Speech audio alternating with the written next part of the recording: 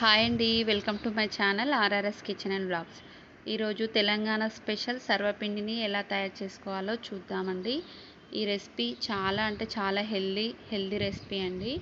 ఇది evening snacks లాగా కూడా తీసుకోవచ్చు, బ్రేక్ఫాస్ట్ లాగా కూడా తీసుకోవచ్చు. మరి లేట్ చేయకుండా ప్రాసెస్ ఎలానో చూసేద్దాం. దీనికి కావాల్సిన ఇంగ్రీడియంట్స్: నువ్వులు, జీలకర్ర, వాము, అల్లం వెల్లుల్లి పేస్ట్, ఉప్పు, కారం, పప్పును నానబెట్టుకోవాలి. ఉల్లిపాయ ముక్కలు, ఉల్లికూర, కొత్తిమీర, పచ్చిమిర్చి. ఒక బౌల్ తీసుకొని 2 కప్పుల వరకు బియ్యం పిండిని తీసుకోవాలి. ఇందులో 2 టేబుల్ స్పూన్ల వరకు కారంని వేసుకోవాలి. అలాగే టేస్ట్కి సరిపడినంత సాల్ట్ని యాడ్ చేసుకోండి. 1 టేబుల్ స్పూన్ వరకు జీలకర్రని వేసుకోవాలి. అలాగే ఇందులో 1½ టేబుల్ స్పూన్ వరకు నువ్వులను వేసుకోండి. 1/2 టేబుల్ స్పూన్ వరకు వాముని వేసుకోవాలి. అలాగే ఇందులో 1 టేబుల్ స్పూన్ వరకు అల్లం వెల్లుల్లి పేస్ట్ని వేసుకోవాలి. 10 మినిట్స్ పాటు నానబెట్టిన శనగపప్పుని వాటర్ తీసేసి వేసేసుకోవాలి. ముందుగా కట్ చేసి పెట్టుకున్న ఒక ఉల్లిపాయని కట్ చేసుకొని సన్నగా పెట్టుకున్న ఉల్లిపాయని వేసుకోవాలి. ఉల్లికూరని ఫ్రెష్గా కడిగి వేసుకోండి. అలాగే ఇందులో సన్నగా తరిమి పెట్టుకున్న పచ్చిమిర్చి ముక్కల్ని వేసుకోవాలి. కొత్తిమీరని కడిగి కట్ చేసి వేసుకోండి.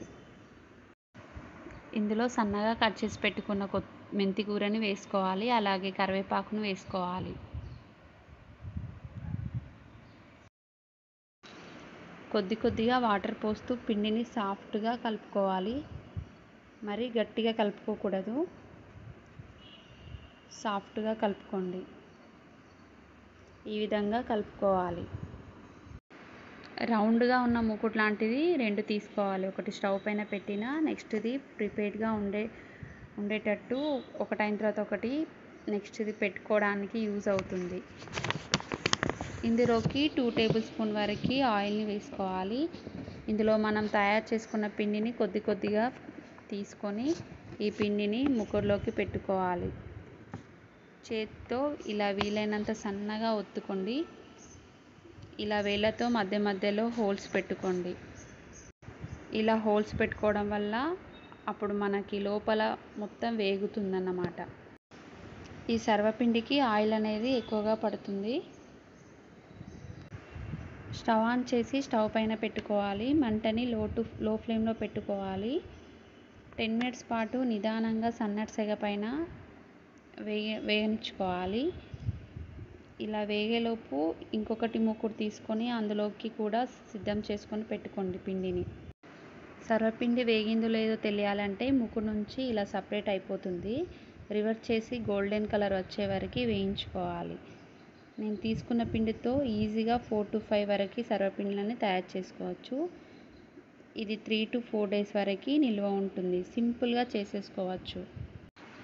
మీకు గనక ఈ వీడియో నచ్చిందని అనుకుంటున్నాను. నచ్చితే ప్లీజ్ లైక్ చేయండి, షేర్ చేయండి, సబ్స్క్రైబ్ చేయడం మర్చిపోకండి.